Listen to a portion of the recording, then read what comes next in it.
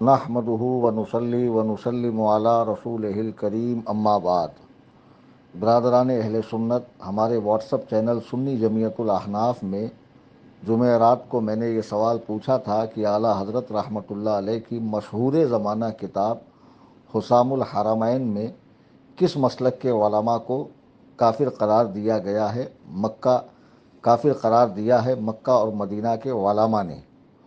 4 option دیے تھے، 76 لوگوں نے لکھا علماء اہل حدیث کو، اور بی پہ علماء شیعت کو 32 لوگوں نے، اور مجھے معلوم نہیں 563 لوگوں نے، اور 4300 لوگوں نے لکھا ہے علماء دیوبند کو۔ تو صحیح جواب سی ہے، علماء دیوبند کو علماء حرمین طیبین نے کافر قرار دیا ہے۔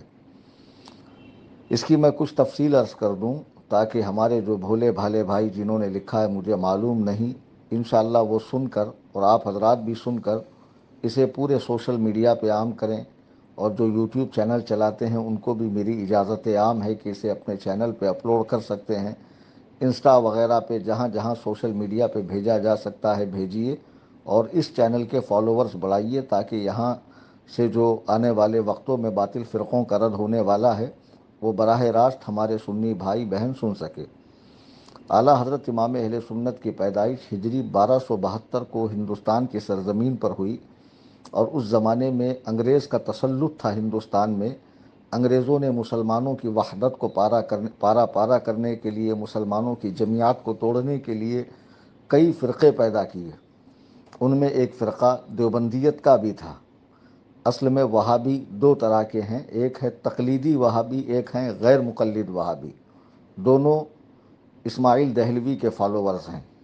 تو جو غیر مقلد وہابی ہیں ان کو اہل حدیث کہا جاتا ہے، اور جو مقلد وہابی ہیں ان کو دیوبندی کہا جاتا ہے۔ تو ہندوستان میں علماء دیوبند میں سے مشہور دیوبندی عالم قاسم نانوتوی، رشید احمد گنگوہی، خلیل احمد امبیٹھوی، مولوی اشرف علی تھانوی نے اپنی کتابوں میں، جو کہ اصل کتاب میرے پاس موجود ہے اور انشاءاللہ میں اس کے اسکین پیج بھی گروپ میں بھیجوں گا، انہوں نے اپنی کتابوں میں، جیسے قاسم نانوتوی نے تحذیر الناس میں 3 مقام پہ حضور کے آخر الانبیاء ہونے کا انکار کیا ہے، یعنی حضور کے بعد بھی نیا نبی پیدا ہو سکتا ہے، جبکہ مسلمانوں کا بچہ بچہ یہ عقیدہ رکھتا ہے کہ صبح قیامت تک کسی معنی مفہوم کے لحاظ سے کوئی نبی پیدا ہو ہی نہیں سکتا ہے۔ حضرت عیسیٰ جو تشریف لائیں گے وہ پیدا نہیں ہوں گے، پیدا ہو چکے ہیں، رفع آسمانی ہوا ہے، دوبارہ قرب قیامت دنیا میں تشریف لائیں گے۔ پھر مولوی رشید گنگوہی نے اللہ تعالیٰ کے لیے جھوٹا ہونا ممکن لکھا۔ مولوی اشرف علی تھانوی نے اپنی کتاب حفظ الایمان میں حضور علیہ الصلاۃ والسلام کے علم شریف کو بچوں، پاگلوں، جانوروں، چرندوں، درندوں، گزندوں، جمی حیوانات و بہائم کے برابر لکھا ہے کہ ایسا علم جو حضور کے پاس ہے وہ تو ان لوگوں کے پاس بھی ہے، معاذ اللہ ثم معاذ اللہ۔ اور مولوی خلیل احمد امبیٹھوی نے بھی اپنی کتاب براہین قاطیہ میں شیطان کے علم کو حضور کے علم سے زیادہ لکھا ہے۔ یہ ساری کتابیں اصل صورت میں مکتبہ دیوبند سے چھپی ہوئی ہمارے پاس موجود ہے، جیسا کہ میں نے عرض کیا کہ آنے والے وقتوں میں انشاءاللہ اس کے اسکین پیج میں اس گروپ کے اندر لکھواؤں گا، بھیجتا رہوں گا۔ اعلیٰ حضرت امام اہل سنت کے پاس جب یہ کتابیں پہنچی تو اعلیٰ حضرت نے ان کے لکھنے والوں کو اطلاع کی اور انہیں ان کے کفر پر آگاہ کیا کہ یہ بات سخت کفریہ بات ہے، آپ اس سے رجوع کریں، کوئی تعویل کریں، کیا معنی مفہوم ہے بتائے۔ جب ان کی طرف سے کوئی بات نہیں ہوئی اور یہ کسی طرح بیٹھنے کو بھی راضی نہ ہوئے، نہ مناظرے کے لیے، نہ کوئی معقول جواب دے سکے، نہ اپنی بات کی صحیح تعویل پیش کر سکے، تو امام اہل سنت نے ان کی عبارات کو عربی میں کنورٹ کیا، اور کنورٹ کر کے جب آپ حج بیت اللہ کے لیے پہنچے تو وہاں پہ اس وقت 4 مصلے کی باقاعدہ امامت ہوتی تھی، فقہ حنفی کی، شافعی کی، مالکیہ کی، حنابلہ کی۔ یہ چاروں مذاہب کے بڑے بڑے مفتیان کرام نے جب ان خبیث عبارات کو سنا تو صاف اور کھلے لفظوں میں لکھا کہ ان عبارات کے لکھنے والوں کے کفر و عذاب میں جو شک کرے وہ خود کافر ہے۔ ویسے تو اس میں حسام الحرمین کا پورا نام ہے حسام الحرمین علی منحر الکفر والمین، یعنی مکے مدینے کی تلوار کفر کرنے والوں اور جھوٹ کی گردن پر، جھوٹ کی گردن پر، جنہوں نے جھوٹ لکھا، جنہوں نے کفر کیا، ان کی گردنوں پر مکے اور مدینے کی تلوار۔ تو علماء حرمین طیبین نے یہ سخت حکم شرع جو قرآن و سنت کی روشنی میں بن رہا تھا صاف اور واضح کر دیا۔ اسی کو کتابی شکل میں حسام الحرمین کے نام سے، یعنی حرمین کی تلوار، مکے اور مدینے کی تلوار کے نام سے چھاپا گیا۔ اس میں مرزا غلام احمد قادیانی کے حوالے سے بھی حکم شرع معلوم کیا گیا، یعنی وہ 5 لوگ تھے جن کو علماء حرمین طیبین نے کافر قرار دیا۔ ایک مرزا غلام احمد قادیانی کذاب اعظم جس نے دعوی نبوت کیا تھا، اور دیوبندی علماء میں 4، قاسم نانوتوی، رشید احمد گنگوہی، خلیل احمد امبیٹھوی اور مولوی اشرف علی تھانوی۔ جب ان کے کفر کا فتویٰ حرمین شریفین سے آیا اور پورے ہندوستان میں ان کے مکروہ چہرے سے نقاب اترنے لگا اور ان کا بھیانک چہرہ قوم و ملت کے سامنے آیا، تو یہ تلملا گئے۔ اب انہوں نے اپنی ساکھ بچانے کے لیے، اپنی عزت بچانے کے لیے یہ لوگ پھر مکہ مدینہ پہنچے اور وہاں کے علماء کو دھوکہ دیا کہ مولانا احمد رضا ہماری جانب جو عقائد منسوب کرتے ہیں وہ عقائد ہمارے نہیں ہیں۔ آج بھی فضلائے دیوبند یہ کہتے ہوئے نظر آتے ہیں کہ اعلیٰ حضرت نے ہمارے علماء کی عبارات کو بدل دیا، 3 مختلف مقامات کی عبارت کو لے کر ایک بنا دیا جس سے کفر بنتا ہے، حالانکہ اس میں کفر نہیں ہے۔ تو بہرحال یہ وہاں پہنچے اور وہاں کے کچھ غیر معروف خدام کہیے، مؤذنین کہیے یا راہ چلتے کہیے، ان سے اپنے ایمان کی تائید لے کر آ گئے، جس کا نام انہوں نے رکھا المہند علی المفند، المہند علی المفند، یعنی ہند کی صیقل کی ہوئی تلوار بے وقوف آدمی پر۔ مفند کہتے ہیں چغت کو، بے وقوف کو۔ تو جس کے رد میں شیر سنت، خلیفہ شیر سنت حضور اعلیٰ حضرت کے روحانی بیٹے حضور علامہ حشمت علی خان رحمۃ اللہ تعالی علیہ، شیر بشائل سنت، انہوں نے پھر ایک کتاب لکھی راد المہند۔ یہ کتاب ضرور پڑھنی چاہیے، یہ المہند کا جواب ہے۔ پھر اب یہ کہنے لگے کہ علماء حرمین کو دھوکہ دیا گیا اور ہمارے علماء کی جو بات تھی اس کو غلط طریقے سے پیش کیا گیا۔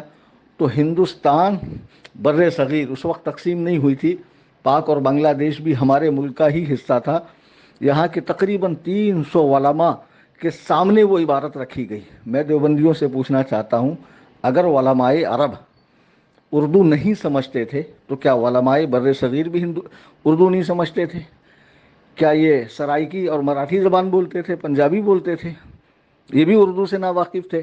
تو یہاں کے بھی 300 علماء نے ان کے کفر کا فتویٰ دیا ہے، جو کتاب الصوارم الہندیہ، اس کا معنی بھی وہی ہے، ہندوستان کی تلوار، الصوارم الہندیہ کے اندر موجود ہے، اس کا بھی مطالعہ کرنا چاہیے۔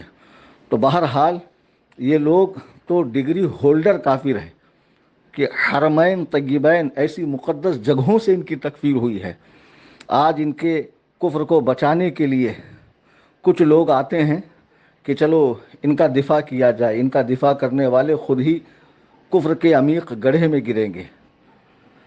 اعلیٰ حضرت امام اہل سنت جو فتویٰ وہاں سے لے کر آئے ہیں، وہاں سے ان کی تکفیر کلامی ہوئی ہے۔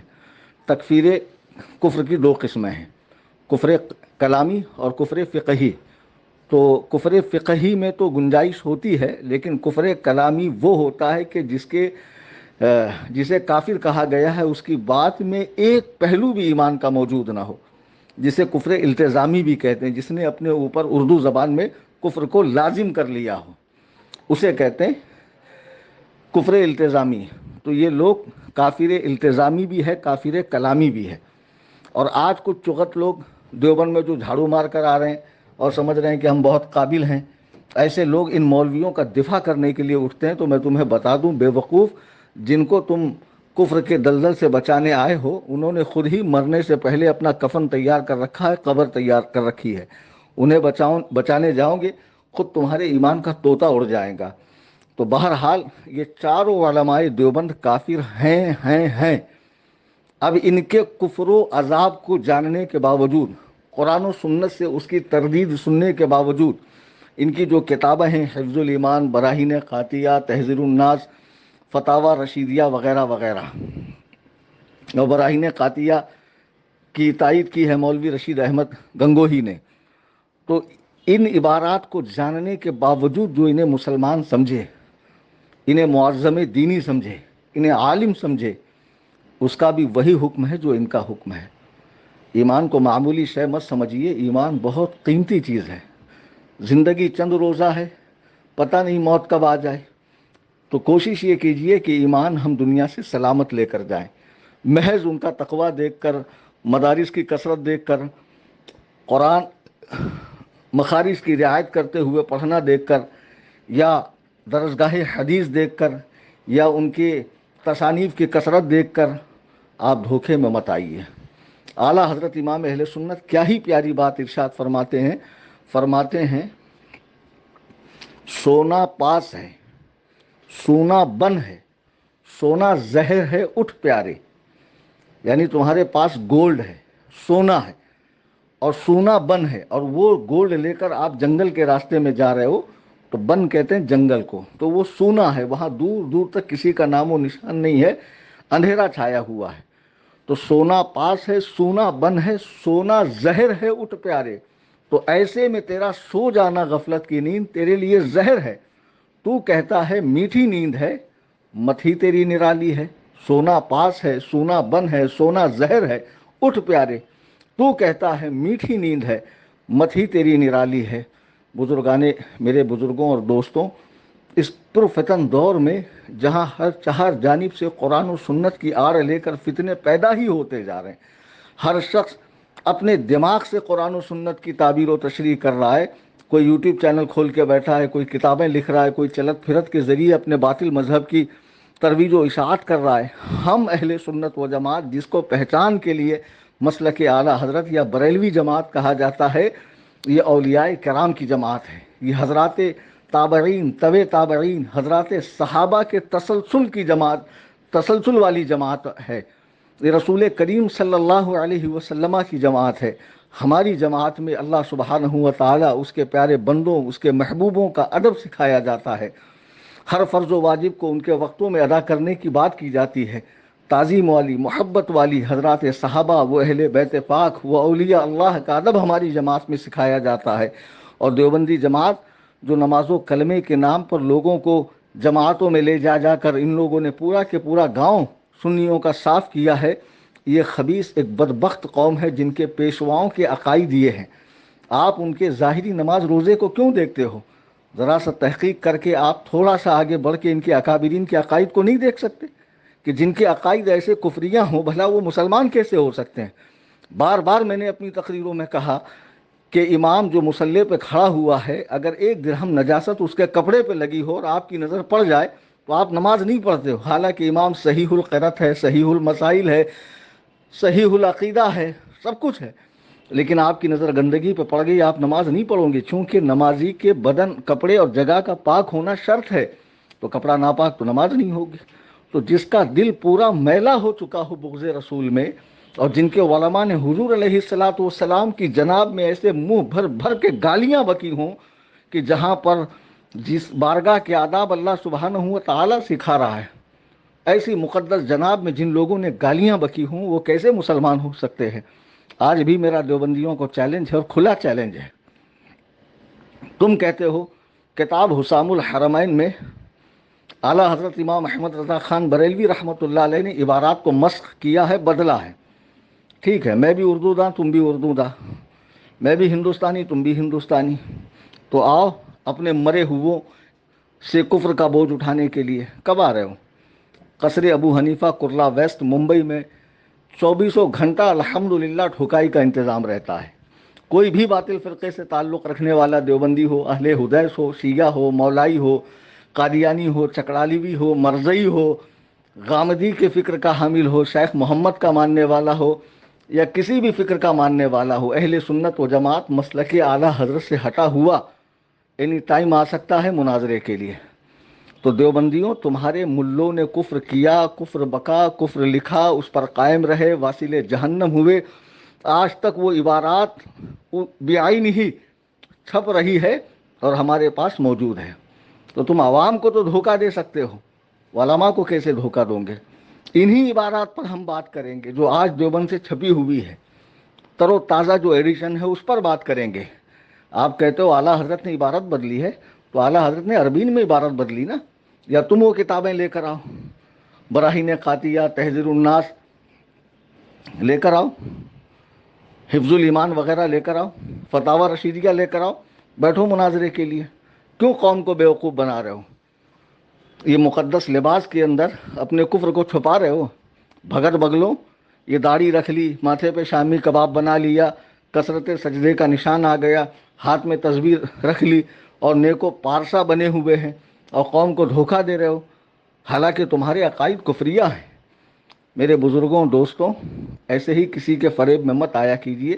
ایک معمولی سا موبائل لینے کے لیے، معمولی سی واچ لینے کے لیے 50 دکانیں کھنگالتے ہو. ایمان و عقیدے کا معاملہ ہے جس پر آخرت ٹکی ہوئی ہے، اور ہمیشہ ہمیشہ کی زندگی وہی رہنا ہے، یا تو جنت یا تو جہنم. تو آپ کی پوری کوشش یہ ہو کہ اللہ تعالیٰ مجھے جنت والا بنا دے، میرے نامہ اعمال کو سیدھے ہاتھ میں عطا فرمائے، مجھے صالحین میں اٹھائے. تو اس کے لیے ضروری ہے کہ جماعت حقہ کے ساتھ آپ شامل ہوں، جو الحمدللہ اہل سنت و جماعت مسلک اعلیٰ حضرت یہی فرقہ ناجیہ ہے. اس زمانے میں یہی اہل حق کا گروہ ہے، یہی سواد اعظم ہے، یہی حضرات صحابہ، حضرات تابعین، طب تابعین، اولیاء اللہ کی جماعت ہے. اسی طرح اس گروپ میں آپ جڑے رہیں، اپنے دوست احباب کو اس چینل سے جوڑیں. انشاءاللہ دھیرے دھیرے دیوبندی علماء کی جو گستاخیاں ان کی کتابوں میں اس کے اسکین پہ بھیجے جاتے رہیں گے، اور اس پر میں آسانی کے لیے آڈیو میں تبصرہ بھی کرتا رہوں گا تاکہ اچھی طرح بات آپ کو سمجھ میں آئے. اس چینل سے جوڑنے کے لیے وہابی دیوبندی اتنی کوششیں کرتے ہیں، آپ تھوڑی سی کوشش نہیں کرتے کہ چند دوستوں کو نماز کے بعد آپ سمجھائیں کہ یہ واٹس اپ چینل ہے، ایک ذمہ دار خلیفہ تاج الشریعہ عالم دین مفتی محمد کلیم حنفی رضوی کا، اس سے جڑ جائیے. اس میں احادیث بھی آتی ہے، قرآن کریم کا ترجمہ بھی آتا ہے، مسائل بھی آتے ہیں، اور کچھ بزرگان دین کے اقوال بھی بھیجے جاتے ہیں، اور خصوصاً بد مذہبوں کی چیر پھاڑ کی جاتی ہے. یہ آپریشن تھیٹر ہے. تو آپ دوستوں کو اس سے جوڑیے، زیادہ سے زیادہ جوڑیے، اور یہ نہیں کہ آئے فالو کیا پھر تھوڑی دیر بعد انفالو کر لیا. یہ مت کیجیے، جمے رہیے. انشاءاللہ یہاں سے آپ کو بیش قیمت باتیں معلوم ہوتی رہیں گی. اور جیسا کہ عرض کیا گیا، 1 سے 10 تاریخ کے بیچ تنظیم سنی جمعیت الاحناف کے دینی و فلاحی کام کو آگے بڑھانے کے لیے ہم نے کیمپین شروع کیا ہے کہ ہر سنی بھائی کم از کم تنظیم میں کم از کم 100 روپے دے، اور جتنا زیادہ دینا چاہے اللہ کے فضل و کرم سے یہ اس کی بساط پر منحصر ہے. اسکینر اوپر دیا جا چکا ہے، اس پر آپ اپنی رقم بھیجیں، اور صرف اور صرف سنی بریلوی حضرات ہی مدد کریں. دیگر حضرات کو زحمت کرنے کی ضرورت نہیں ہے، وہ بس گروپ میں بنے رہیں، اور جو ان کی ٹھکائی ہو رہی ہے اسے اصلاح کی نیت سے سنیں، دشمنی کی نیت سے نہیں. ہو سکتا ہے اللہ تعالیٰ انہیں توفیق عمل اور توفیق ایمان عطا فرمائے. اللہ تعالیٰ ہم سب کو دین حق پر جمے رہنے کی توفیق عطا فرمائے. آمین ثم آمین بجاہ النبی الکریم صلی اللہ علیہ وسلم.